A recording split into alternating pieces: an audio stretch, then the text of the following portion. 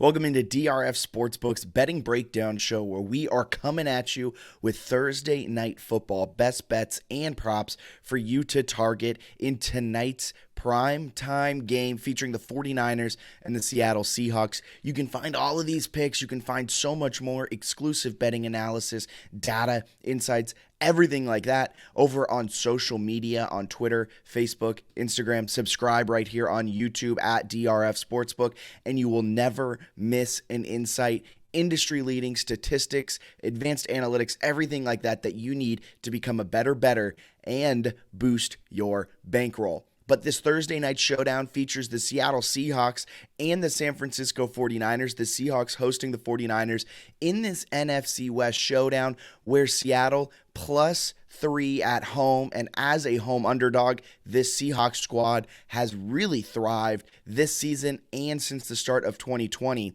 Since the start of 2020, they are 5-1 against the spread as home underdogs. This season, they're 2-0 against the spread, 2-0 straight up as a home underdog. But the key for tonight's game is going to be the play of quarterback Geno Smith. He started this season absolutely red hot. He was in the conversation for not only comeback player of the year, which I think he's all but locked up, kind of regardless of how this season goes. He's had one of the best seasons, considering that there's been like 10 years between his last start and starting this season. But weeks 1 through 9, he was on an MVP pace. He was a top 4 quarterback according to EPA per dropback. He wasn't turning it over. Weeks 1 through 6, he only threw 2 interceptions. And then weeks 10 through now, since the Seahawks played the Tampa Bay Buccaneers over in Germany, he hasn't been playing as well. Granted, he was top 4. He was 4th in EPA plus CPOE, completion percentage over expectation. And over the last few weeks, he's dropped down to 7th, which I know isn't necessarily a huge drop, but he's behind guys like Trevor Lawrence, Jimmy G, people like that, and he's kind of fallen back, and he's looked a little bit not as sharp. And that very, very, very well could be the fact that he's without DJ Dallas. He was without Kenneth Walker for 2 games there. His offensive line has regressed, which was to be expected when you're starting 2 rookie tackles.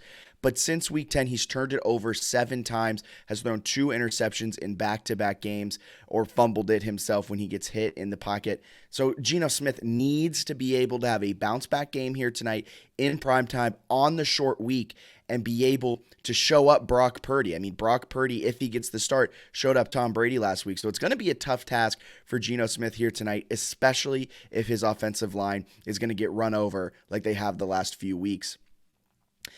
49ers on the other side, one of the best defenses in the NFL. A little bit of regression over the last couple of weeks, but they are still 6th in EPA per play. They're 9th in EPA per dropback and 8th in rush EPA. And that's why I say Geno Smith needs to have a really good game, and he is going to be the cog that makes this Seahawks machine run. Because if there is one weakness on this 49ers squad, and I put weakness in air quotes because if you're a top 10 unit in that space, I don't know if it's necessarily a weakness, but they rank the lowest out of every single advanced metric in passing, in dropback, EPA per dropback. And so Geno Smith has the potential to pick them apart. And what the 49ers rely on so heavily is just extreme pressure and extremely great pressure led by Nick Bosa and company on that front 7. I mean, it's one of the best front 7s. Fred Warner patrolling the middle. And that's kind of what they've made their bread and butter on and what they do so well. That's why if you can get a little bit extra time and you have time to find a receiver and work them open on the corners, on the secondary, you might be able to have a little bit of luck. But Seattle +3 at home. 49ers have not had a lot of success up in Seattle over the last 3 years. Since the start of 2020, they are 0-2 against the spread in Seattle. 49ers are 6-16 against the spread in Seattle since 1992.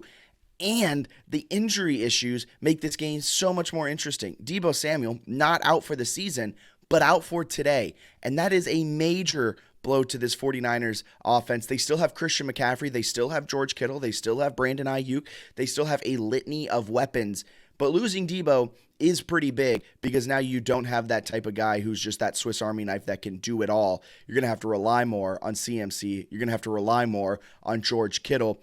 And maybe the Seahawks defense will be able to key in on those guys and kind of slow them down, but don't hold your breath on that. Brock Purdy, also questionable. He's listed as a Q on the injury report, so it'll be interesting to see if he goes. He's been dealing with some rib injuries based off of that big hit he took in the beginning of the Tampa Bay game, played through that game, but hasn't really been practicing much. And for Mr. Irrelevant, who became very relevant, that's going to be big if he, one, it's a short week, and two, didn't really get to practice with the team all that much. So if Purdy can't go, it's going to be Josh Johnson, I believe, the journeyman quarterback who's on his 102nd team in the NFL. Seems like he's played on every single team at this point, but he'll be expected to go if Brock Purdy can't go, which makes me lean Seattle +3. Am I crazy for thinking that? You look at the what our power line is saying.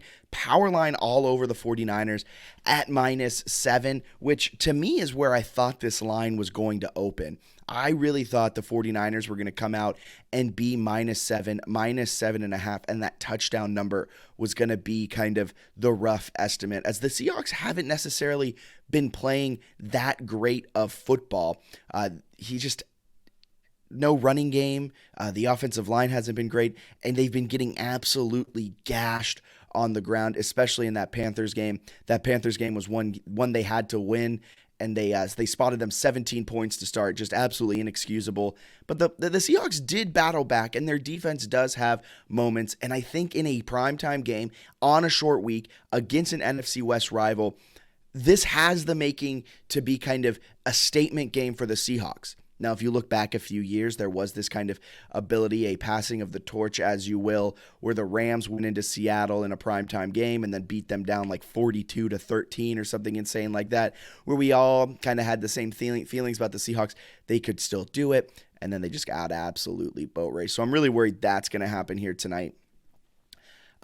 If you look at the line in front of us, against the spread, only 29% of the public is on the Seahawks here tonight. That's why I'm fading Joe Public. 71% of the public on the 49ers. And if you look at how this line has moved, it's been jumping back and forth between -3, -3.5 for the 49ers. It's settled down on about -3 right now, as the 49ers look to pick up their 10th win of the season. If they do, they all but lock up the NFC West. The Seahawks are the only team that can really give them a run for their money at this point. Cardinals are without Kyler Murray. The Rams are an absolute dumpster fire this season. It's really a two-man race between the 49ers and the Seahawks. And if the 49ers win this game, not only do they then go up a full 3 games on the Seahawks, they hold an extreme tiebreaker where they'd be 2-0 against Seattle this season.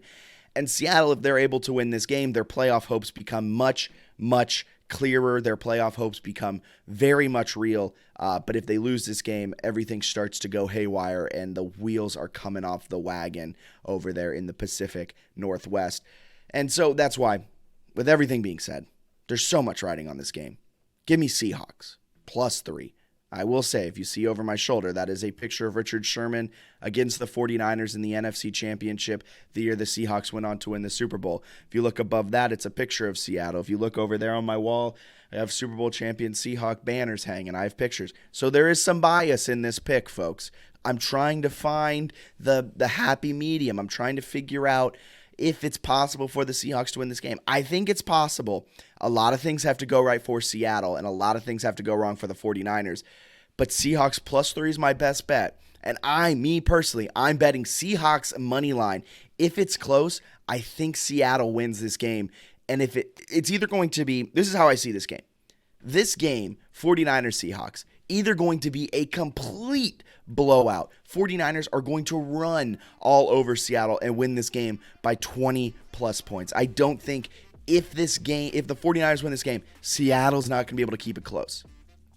But if Seattle's within striking distance near the end of this game, call me crazy. I think Seattle has a chance to win, and that's why I'm on Seattle money line. Little bias in me, but I'm on Seattle money line at +130 tonight in primetime.